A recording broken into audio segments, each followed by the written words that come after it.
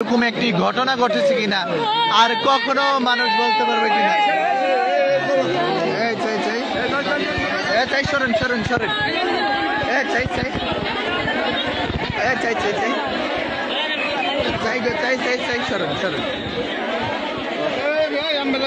সরো সরো এই